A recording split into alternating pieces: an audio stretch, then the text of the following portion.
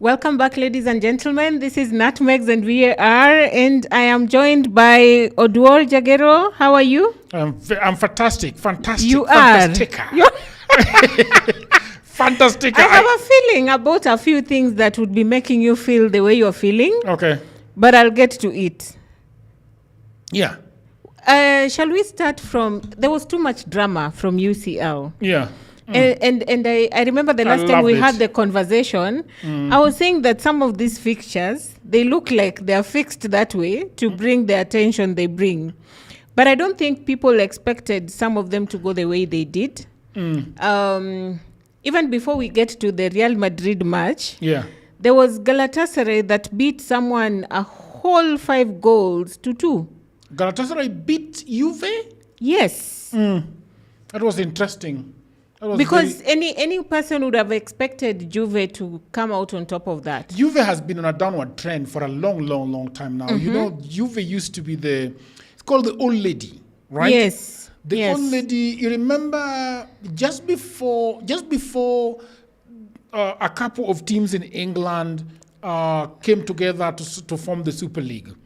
Just before that, and also before they were deducted points almost to a relegation level by the Spanish, you know. So, and then there was a problem with the owner and Catherine. You remember that issue, the friendship that went up the smoke. So Juve has been having a big problem with the team. So you're saying that this result does not surprise you? It does not surprise me because Juve has not done well. When is the last time you really had Juve causing trouble at the USL level? Because right now I think the biggest match in Syria is actually the Milan derby, when Inter is taking on AC Milan. Or when Inter is playing Napoli. Juve doesn't feature much. No. I never think about, I play FIFA. Yes. FIFA 19. Yes. And Juve is one of the strongest teams in 2019. Really? Yeah. 2019, Juve is so strong. They are given 88, 87, 82. In fact, Obunga likes playing with Juve so much. Yes. Okay. Because remember, that is when Ronaldo was there. Okay. Okay. But after all their problems, they had a problem with the Super League. Then they had a problem with the Spanish, the body that oversees soccer in Spain. And then they had a problem with a lot of, remember, Pogba. No, you mean in Italy? Yeah. Italy, yes. Yes. Italian now. Italian league, yeah. Then the issue of Pogba, I mean, they've just had problems. And the referee issue that is documented in a documentary that is on Netflix that anybody can see. Yes. So I have the last time they played Real Madrid on a UCL champion final, it was an amazing match. I was in Kampala, Uganda. Since then, I've never heard of Juve. Yeah. So I am not surprised that Galatasaray walloping them 5-0 or 6-0 or 7-0, 10-0. Yeah, they have become Stoke. Oh, that's harsh. Yeah, they have become Stoke. That's very harsh. Stoke of Italy. Or Wigan, Athletic. The other day when Arsenal beat Wigan, and then I made a post and said, if it was Man United, they would have told us, this is Wigan a winner. Yes. Wigan a winner. But for them, it becomes, anything they do is big. Yeah. Even the cup, if you win the cup, you're told, but it's just a sahani. Yeah. But when they win it, the whole world needs to listen. Anyway, the real drama was at Benfica. Are we fine with the sound? Yeah. Okay. The real drama was at Benfica. And I loved it. That was expected. I loved it. And I think we said that even in our preview and said there's drama that's going to come out of that because just how, remember, this is the same team that made Real Madrid not have the automatic qualification. So now here we are again, and they are starting the first leg in Benfica. But what we didn't expect after the beautiful goal that Vinny Jr. scored, I know you're not a fan of him, but the goal was a beauty. I wouldn't say I'm not a fan of Vinicius Jr. I have never been a fan of Real Madrid. Okay. I know you are a fan of Real Madrid. I've never been a fan of Real Madrid. I think it is a very petulant team. A team that Today you're using very tough words yeah, on teams. a very petulant team, a team that the idea is that soccer belongs to them, that if they don't win anything, then it's a problem with the referee. If they don't win, then it was a problem with the penalty and handball or what. They're just always whining and whining. Yeah, that's the problem I find with Real Madrid. It was worse when Ronaldo was there. Really? Yeah. Anyway, there was drama. Now let me read something that Jose Mourinho said to speaking to Amazon Prime. He said, "I told him, that is Vinny Jr., that when you score a goal like that, you just celebrate and walk back. When he was arguing about racism, I told him that the biggest person in the history of this club is black. This club, the last thing that it is racist. If in his mind there was something racist, this is Benfica. There is something wrong because it happens in every stadium where Vinicius plays. Something happens. Always. So I just want us to unpack this a bit. The one that is fair and the one that is not. Okay. That when you score a goal like that, you just celebrate and walk back. No, we can't. You think it is unfair? Hatuwezi pimia watu hewa on how to celebrate and how not to celebrate, surely. Because remember, you're playing in a high adrenaline match, and then you get that goal that makes the difference. How are you supposed to be in control of what you do? The dance that he did, people have danced before. So this one, I am not in agreement. We cannot define for people what to do. And I think when you're playing in a stadium that the home crowd is very violent and, they're trying to make you lose your mind, and you score a goal, you want to tell them, by the way, I scored. And that's why the celebration goes right in front of the home fans. No. You are. There is no difference between you and Mourinho. There is no difference between you and Mourinho. Look, even Peter is here. And he will tell you something, that when you are playing in a very charged environment, especially like that, you don't go and rile the fans, especially if you are playing at home. Jagero, you have an away supporters that came to support you. Whenever you get such a beautiful game, go and celebrate with your supporters. I disagree. If let me finish. Your own fans are already celebrating. So what I'm saying is this: they had not booed Vinicius Jr. They had not done anything to Vinicius Jr. to show the Real Madrid team that they had a problem with them. All the players were doing were to play. The defenders, the fans were trying to cheer their team. I know that sometimes when they sing, for example, they sing that you're getting sacked in the morning, you are relegated, you are doing what, then they rile you, and or maybe they are 2-0 up, and then now when you score, when you score, you go and have and then dance to them. That is understandable. But they did not do anything to Vinicius Jr. until that point. But Jagero, when he scored and went to the corner post and danced and celebrated, he was on the pitch. Yeah, but he didn't walk out and jump into the crowd of the home facing the away fans. Yes, facing the away fans. Players do that all the time. No. They do that. I wish Peter had a mic. I wish Peter had a mic and contributed to this thing. I know Peter doesn't like Vinny Jr., but I want us to be factual. That's why I said let's unpack this statement one by one. I do not agree that you need to define for someone how they will celebrate. That I do not agree. I also disagree. Let's agree to disagree. You have your own agreement on what needs to be agreed upon. But I am just saying that I think that the player Vinicius Jr. has never been a wise person in football. That I agree. He is always riling fans and doing very crazy things. And look, Vinicius Jr. does not just have a problem with fans. Vinicius Jr. has a problem with his own coach. And the reason why we do not have one of the best coaches in the last 3 years in Europe is because of Vinicius Jr. He's the one that was very disrespectful to that Xabi Alonso, right? To the point, to the point that he went and campaigned to Kina Mbappe and all the rest, and they ganged against the coach. And at the end of the day, the coach could not even stay. No, but we can't blame one person for every other person's reaction. They all have their minds. Look at the petulance. Look at the petulance he has always even had in Spain. You see, how many black players do we have in Spain right now? Jaguero, let me give you an example. Growing up, we used to have, if you go to school, there used to be a prefect who would write the list of noisemakers.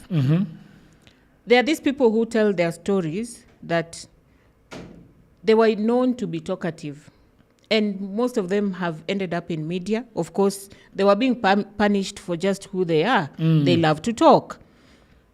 And these people say that even on days that they were sent home for whatever reason, their names still appeared on the list.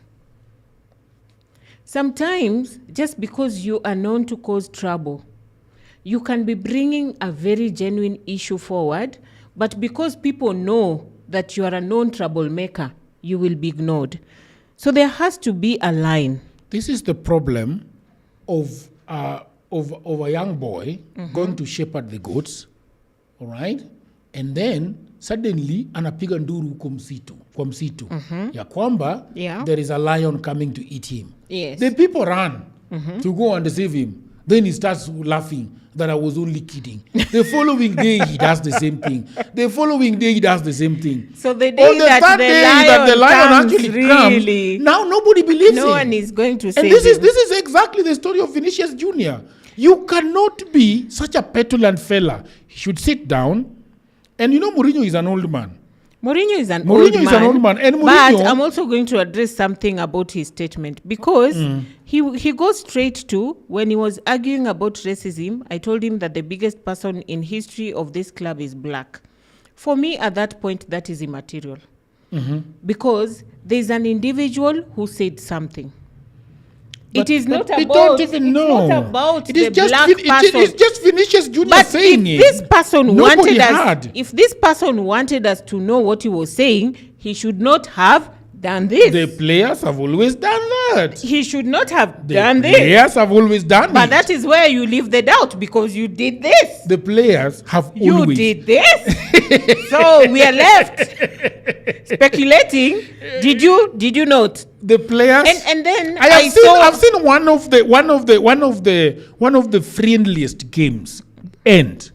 And players are shaking hands and exchanging T-shirts. Yeah. And as they exchange T-shirts, they are talking and closing their mouths. Yes. Just because they don't want anything that they say. Even when they are taking or giving instructions with the coach on the touchline, say there's an injury and they have that opportunity to consult, you will see them covering, because even the opponents are watching. Yes. And they don't want, if some change of tactic is shared, then the opponent will know. Precisely. That I understand. Yes. But now, when you have covered your mouth, you leave us nothing but to speculate that probably you said it.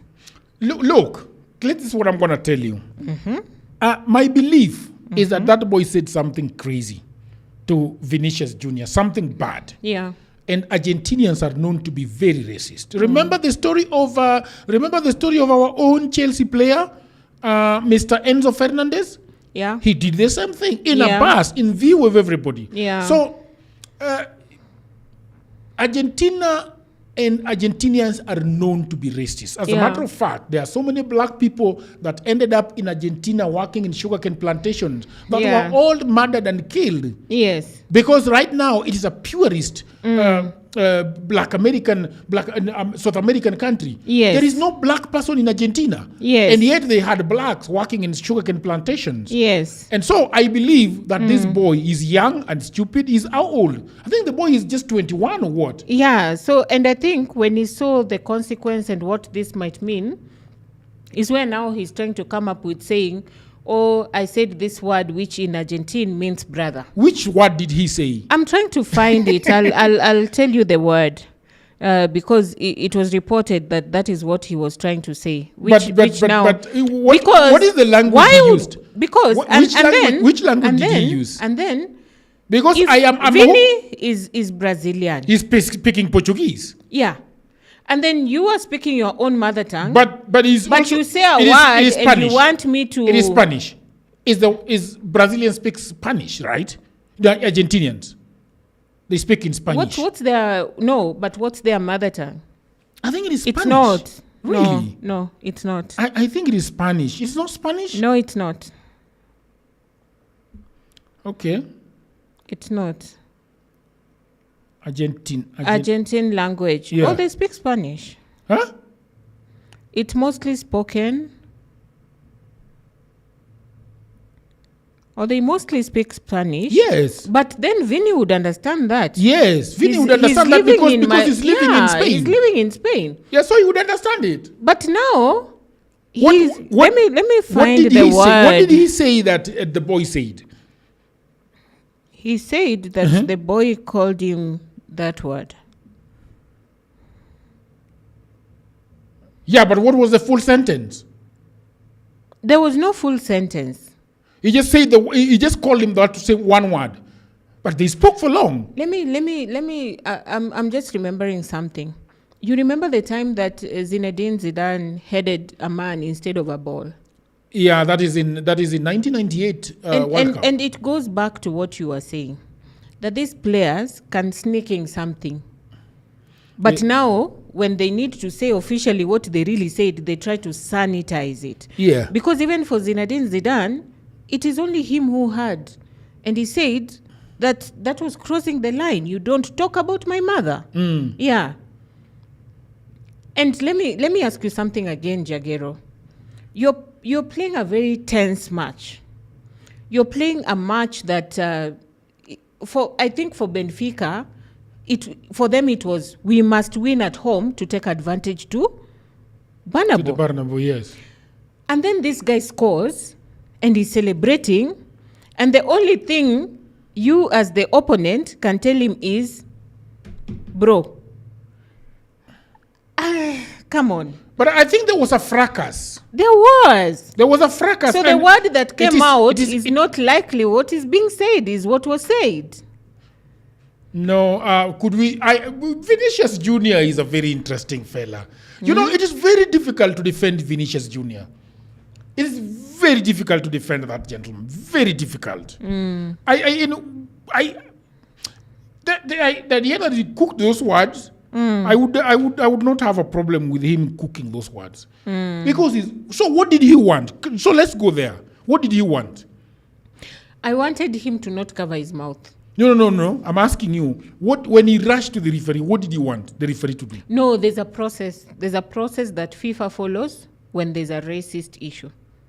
When who hears? So, it doesn't matter. Whoever hears it has to report it to the referee. Okay. And then what does the referee do? So they stop the match. Okay. The players are allowed to walk out of the pitch.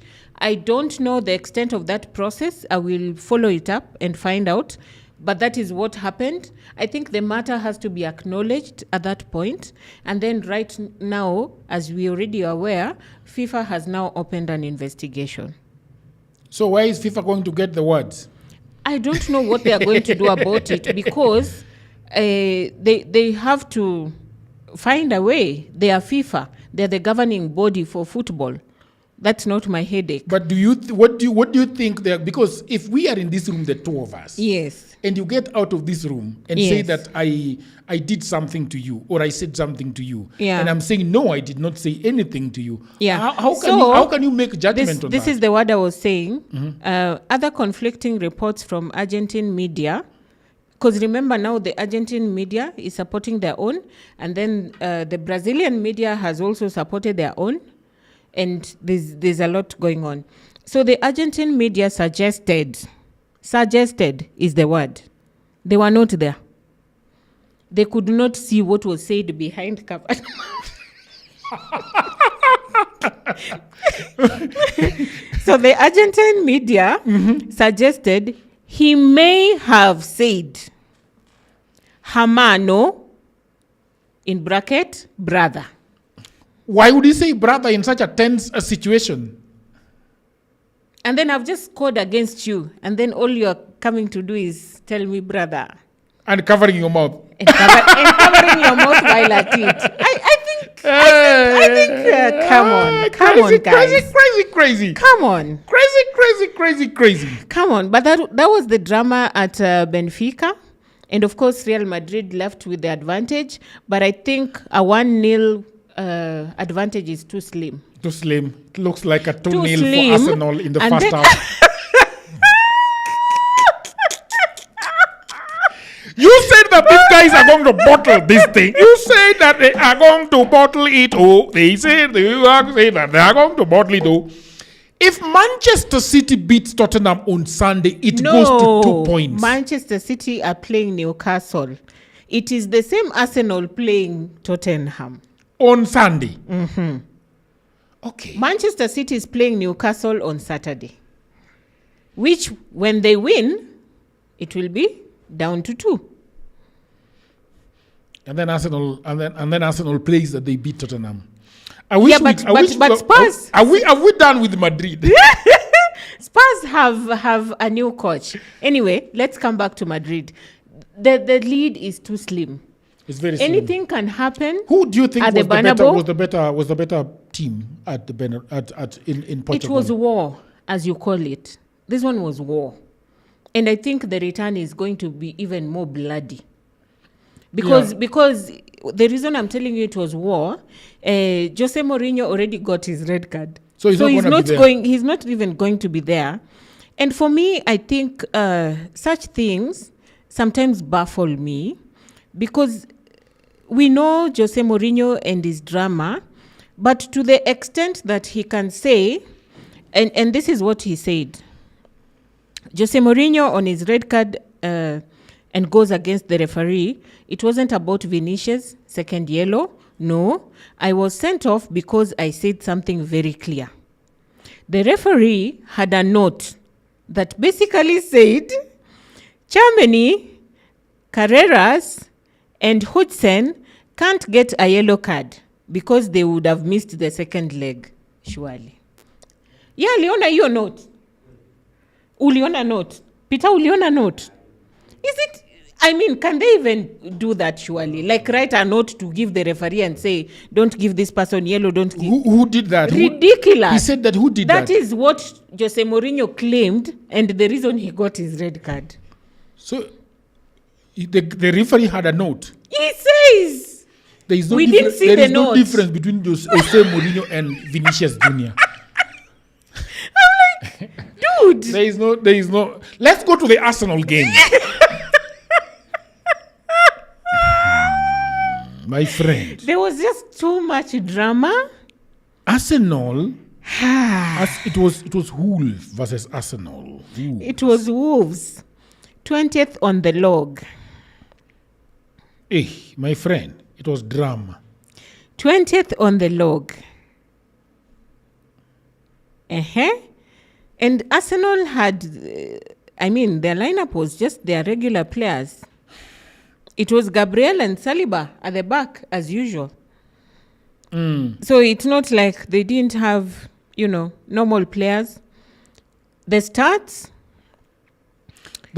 were very interesting because possession, Arsenal was at 57. Wolves was at 42. Yeah. Then we had the duels that were won for Wolves was 117 against Arsenal's 119. Yeah. All right. The duel success rate, Arsenal had 56%. The aerial duels were 42 versus 42. Yeah. Okay. And successful dribbles, obviously, Arsenal had a very big one, 14-2. Fouls won. Wolves had the most fouls against them. Yeah. And then offside, there was only one. Arsenal were caught offside 3 times. Yes. Okay? So this is the most interesting thing. In terms of attack, goals were 2-2. Arsenal had 10 shots to Wolves, 5. Shots on target were 4 for Arsenal, 2 for... So Wolves converted their 2. Yes. You understand? Yeah. So the blocked shots, Wolves did not block any shot. Yeah.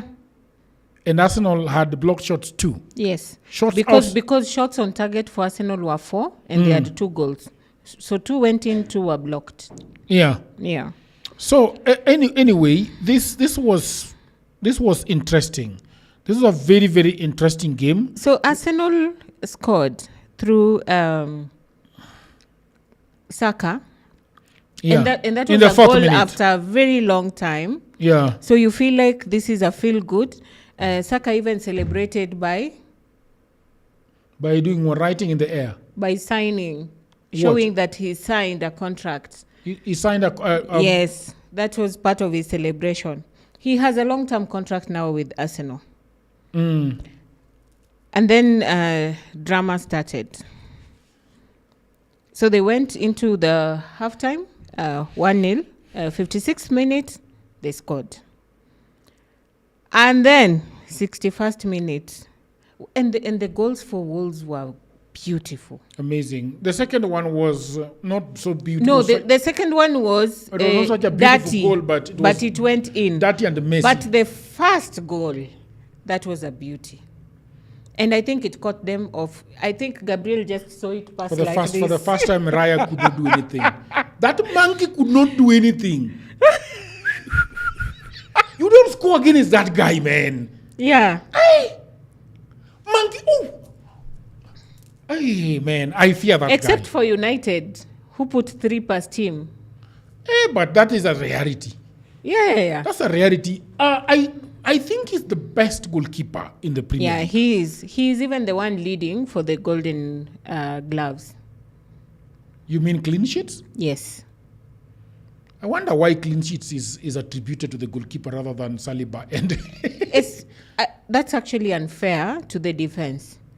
Yeah, because it is the defense. They also do their work. Like the defense has to do their job. Keep, but yeah.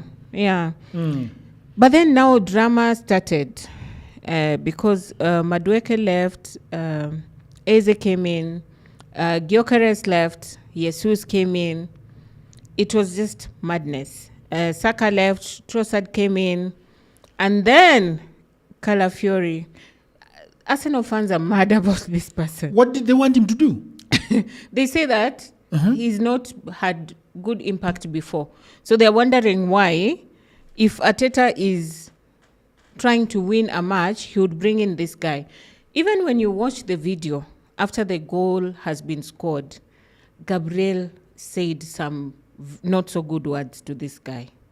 Because remember, Gabriel was in the middle, and this guy is the one who was trying to get the ball, but instead put it in. So it was actually an own goal. But he was behind Gabriel. Yes, he was behind Gabriel. So why did Gabriel allow the ball to pass him? Where he was is the one where the ball passed. It's actually an own goal for him. He's the one who tapped it in finally. He did not tap it in. It hit him and then went in.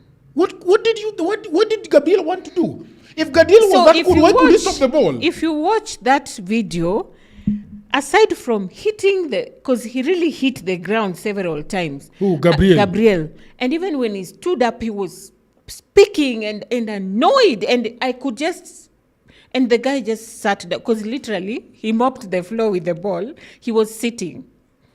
Who? This Calafiori. No, he was standing. No, when it went in, he sat. Even look at the photos. He's sitting. So I'll show you the video I'm talking about. So how does he? So I don't know whether Gabriel is feeling like if that was Saliba, the goal would not have gone in. No, let's. How does the ball go in? The goalkeeper punches the ball. The goalkeeper punches the ball, but it hits someone out, and then it comes back. He punches the ball into the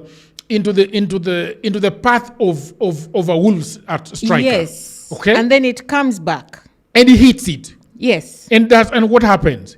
It hits Calafiori. Yeah. Close range. Very close. So what did Gabriel want him to do? I don't know, but he was like just annoyed. Do you blame Gabriel for it? Do you blame Calafiori for it? No, I can't blame him, but now the Arsenal fans are saying that it's like now when for you, who is your defender that you don't like? Badiashile. Yeah. So if that was Badiashile, what would you have said? I would look at how the goal has been scored. I would not blame Badiashile if Badiashile was in the position of Calafiori. Remember, everybody's scrambling. As a matter of fact, nobody knows where this ball is. Yes. Yeah. Because when Raya punches the ball out, correct? And it does not even pass the D area. Yeah. And this guy is whipping it back in. Yeah. What do you do? Did they want Calafiori to catch it with his hands? It's tough. It's tough. Yeah. It's tough. But he was furious. Unless, and I don't know. Let's just quickly check this goal because I am really having a problem with it. And then, or you want us to check the goal? I want to check the goal because it's very interesting that a lot of people are saying that this happened. If you look at...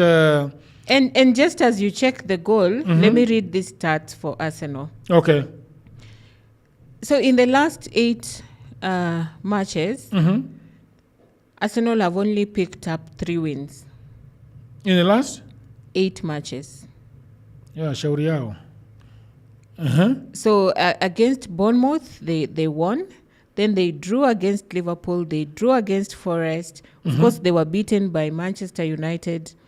Then Leeds, and then Sunderland, and then they drew against Brentford and now drew against Wolves. So if you look at even the last 7 matches, out of 21 points, they've only collected 10. Which is very good. So I'm looking at the second goal. There we go. What does this guy want? What does Gabriel... But look at his reaction. Are you looking at the reaction of Gabriel? No. I want you to look at the reaction of Gabriel. Forget about him, but I want to see where this goal is coming from and see if who is supposed to be blamed here. Okay? The ball goes. There is the ball. It is looped into the box.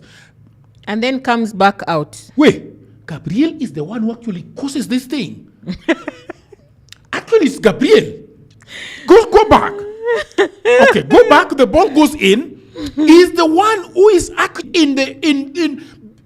is obstructing the goalkeeper. Yeah. And the goalkeeper has to jump over him to punch the ball. Without him, he catches it. Yeah. Look, the ball comes in. Gabriel is going for the head and the goalkeeper is going with his hand. And then he has to punch the ball over Gabriel. The ball goes in and he shook. Look at that. What did he want him to do? So but you see his reaction. Because he's picking on him.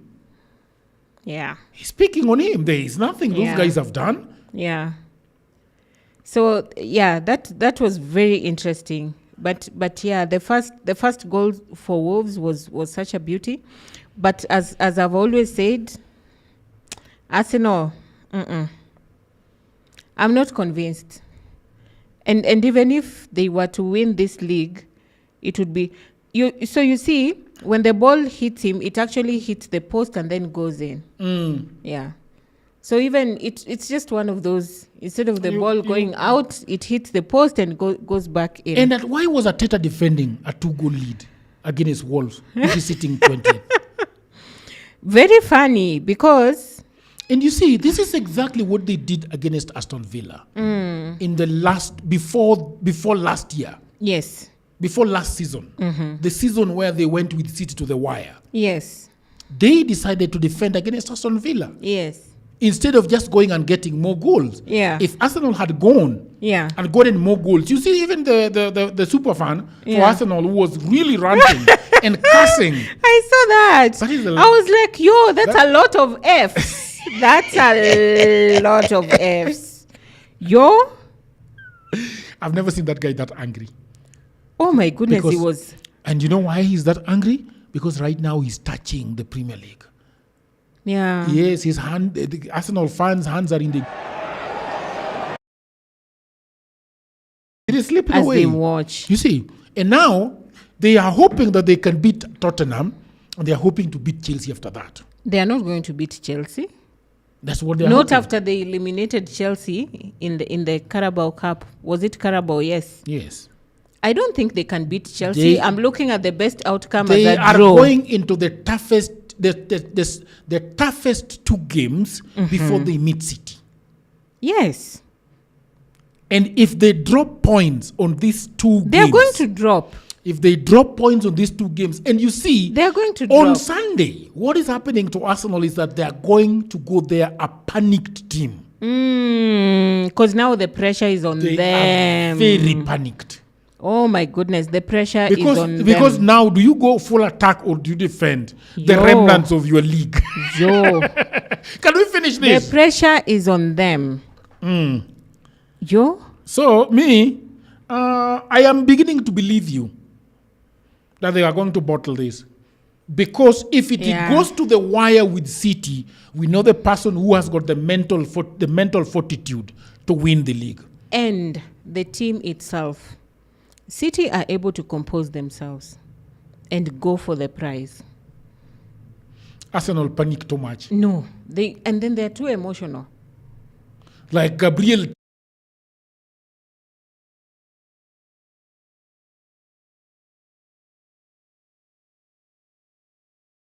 So much. How many fans do Arsenal have? 50 something million. Second is the best that Arsenal will get this season. Again. But they can still win it. Again. They can still win it. All right, you can close it. Thank you so much, ladies and gentlemen. This has been great. Let us know what your opinion is. What do you think about the drama from the Champions? It will be good to know and what you feel about the whole racism and, things that are said. Maybe at some point they need to tell players that you can't speak to your opponent on the pitch. Who? That will be very safe. Who? The FIFA. You can't. No speaking. You went to play football, you play with your legs. No, they will speak. Don't speak to your opponent. Or they will still speak. Because the moment moment we see them doing... If I am doing that, how do you know I spoke? If I'm doing this, how do you know I spoke? I hear. Who is hearing? But I've just heard you when you were doing this. No, but that is it's you. They were close to each other like this. And then something. I will make of it what I want. All right. Yeah. Thank you very much, people of the internet. Please consider subscribing, hit on that notification bell, and follow us on TikTok and on Facebook. Yes. Right? Yeah. Until another time, bye for now. Thank you.